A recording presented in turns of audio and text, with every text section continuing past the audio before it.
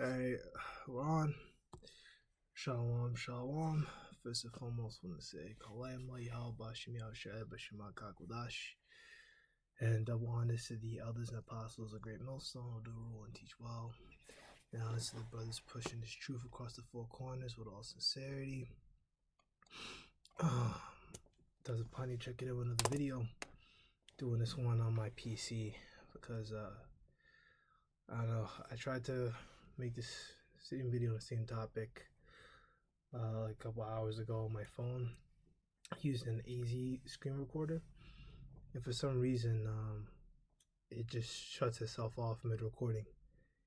And it does that from time to time. Sometimes it works just fine, but other times it just shuts itself off. So I'll use the PC for now. Use my laptop. See if I can find a better app. Yeah, X Recorder. Also, X Recorder is pretty bad too. It does the same thing. It's strange. So we're just gonna get into basic topic about how salvation is only for Israel. All right, the Lord's chosen people are the Israelites. All right, He's so-called Negroes, Hispanics, and Americans. The Lord only loves the Israelites. Right.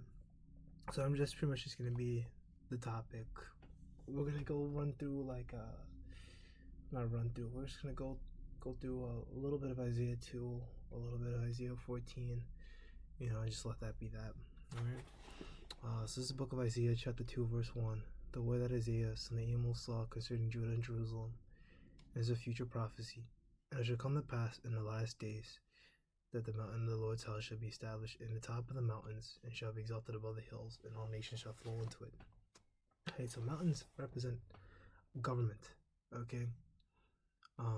You have a summit hearing, where you have world leaders meet up. Cause these elites, they're aware. They watch our videos.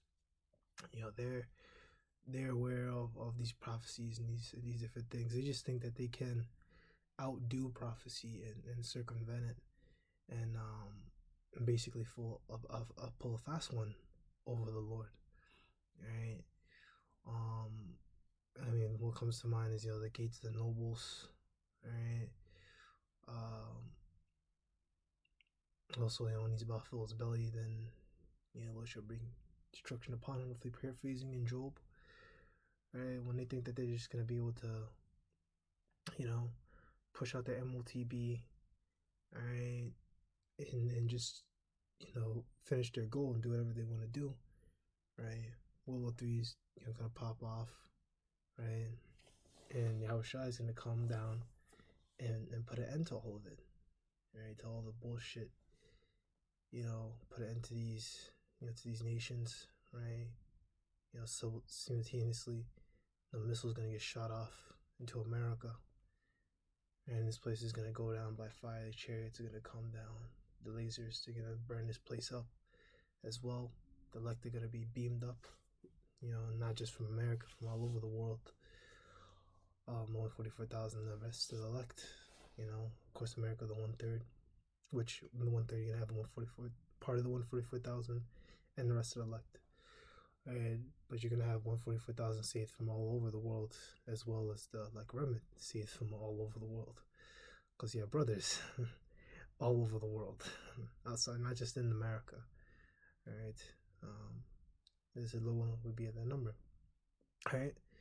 So yeah, that's what mountains are. Right.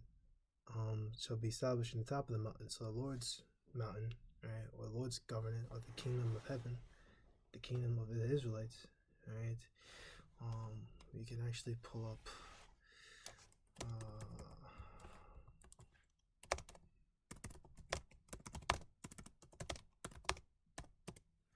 Let me see how good my memory is.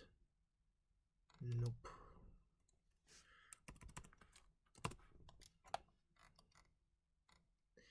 This is the book of 2nd Ezra 6, verse 9. For Esau is the end of the world, and Jacob is the beginning of it that followeth. Okay? So the word for world means age. Not every time you see world, it means the whole world. The scriptures do say that the earth abideth forever. So the earth will never be destroyed. Just the age will come to an end. Right? What age? The age of Esau, the age that we're living in right now. Job 9 and 24.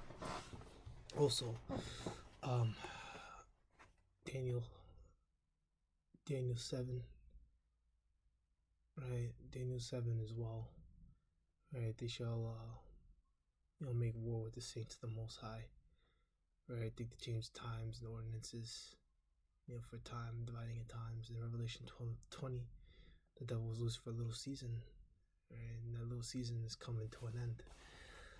All right, not to get into full history, because there was a time of the Dark Ages where these Edomites were actually in subjection under us, right? So this is going into the end of the age of Esau and the beginning of the age of Jacob, right? Or the kingdom's gonna be on earth with Yahushua, Yahushua ruling, and then you have the order, King David, the 12, the 144,000, and then the rest of the elect, all right? The mountain of the Lord's house shall be established on top of the mountain, shall be exalted above all the hills, and all nations shall flow into it. So hills represent smaller nations, okay? The hills are the smaller nations, and all nations shall flow into it. So all nations are going to be under us, all right? Many people shall go and say, come ye, let us go up to the mountain of the Lord, to the house of the power of Jacob, right? Going into this is the rulership of the Israelites. He will teach us his ways and walk in his path, that as Zion shall go forth to the law and the word of the Lord from Jerusalem. Alright, so these are the nations are going to have to come to us, to learn of our ways. Alright, and I believe it's in Zechariah. Kind of goes into what doesn't kind of go into it. Goes into it.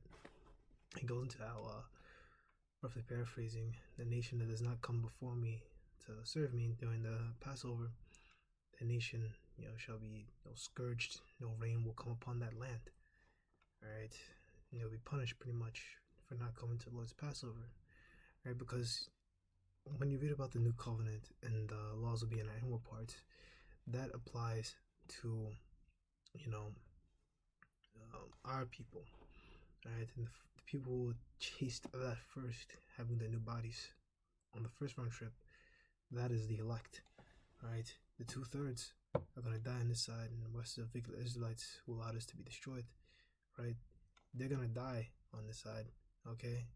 And then in the kingdom, they'll be reborn as the progeny of the children of, the elect, of those who made it, right? Whether it's a 144,000 brother or one of the rest of the elect, one of the brother from the elect, so on and so forth, right? You will be reborn through that brother's loins, and then you will be perfect, and you won't go off again, right?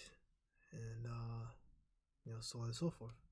That'll be the end of that madness, right? That'll be the end of your madness. And talking about these 2/3, these wicked jakes out here, man. So verse 4. And they shall judge among the nations, and shall rebuke many people, and they shall beat their swords into plowshares, and their spears to pruning hooks. Nation shall not lift the sword against nation, neither shall they learn war anymore. Alright, so when the age of Jacob begins, there'll be no more wars. There'll be no world wars, World War IV. Alright, World War III will be the last one as pertaining to Revelation, the 9th chapter, and I think about the 12th verse. 2 wars have passed, and the third war comes quickly.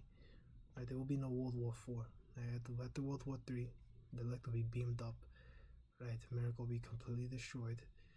The elect will go to the fathership and await, for the radiation to die down, and then come down, descend, New Jerusalem descending from heaven, grab these elites from their bunkers, right, and as well as the other nations and so on and so forth, and bring them to our land to rebuild it, right? What comes to mind is Ezekiel 39th.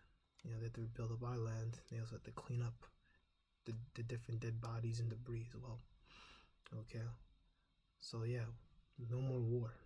Right, nation's gonna be under us. We're not gonna be fighting each other. Right, we're gonna put them in subjection, slavery. Psalm the 2nd chapter. Have a rod of iron, bash them upside the head. If they don't want to work, you know what I mean. You just coming from behind them on some Shao Kahn shit. You know what I mean? Like Shao Kahn. Yeah, you just come behind them and just snap their neck type shit. You know what I mean? Mortal Kombat. You know what I mean? Where we at? Alright. So yeah. So these small hats out there say they're the people. You know what I mean? They're going off, man. Alright? Pertaining to Ezekiel 36:5, man. You know, that's a fulfillment of that prophecy. You know, those small hats being in our land. This is the book of Isaiah 14:1. For the Lord have mercy on Jacob, while yet choose Israel. Alright? Once again, the Lord only loves Israel. Set them in their land. And strangers shall be joined with them, and they shall cleave the house of Jacob. Alright? Talk about Israelite foreigners. Alright? Because heathen cannot join unto us. Alright? Like it says in Isaiah, I think 40, as well as 2nd Ezra. The Lord likens the other nations as spittle. Alright? And then you also have to, if you want to go to Israelite foreigners, 2nd Ezra, the first chapter goes into it. With those that had not known me shall believe on me. Right? Talking about our people who are scattered abroad amongst these other nations, following the ways of the other nations, you know, turning back to the Lord, which happened in the times of the apostles. That's why you have the Acts 15 chapter, where it was a big, kind of discussion about it. The council, what they call the Council of Jerusalem. They had a council pretty much on it, on what do we do with these Israelite foreigners who haven't been circumcised. And pretty much what they came to is that, they gotta just leave them alone and let them be circumcised, if they want to, in their own time. You know what I mean? Which, as well, we do that to this day, man. I mean, we say you should be circumcised, but, if you're not circumcised, doesn't mean that you're not gonna receive salvation. You know what I mean? But you should get circumcised, though. If you're not circumcised already,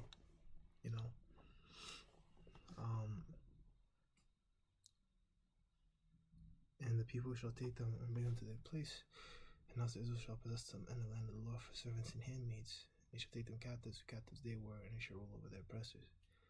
Alright, and that's talking about the heathen who oppressed us. Right, Deuteronomy 28, we had to go to our enemy for one need of all things. For a job, for clothing, for food, for so on and so forth, But now, the table is going to turn in the kingdom. These nations are going to be under us. Right? We're going to have the rulership. And we're going to get back at them. So let that be that. The light of fight and say shalom.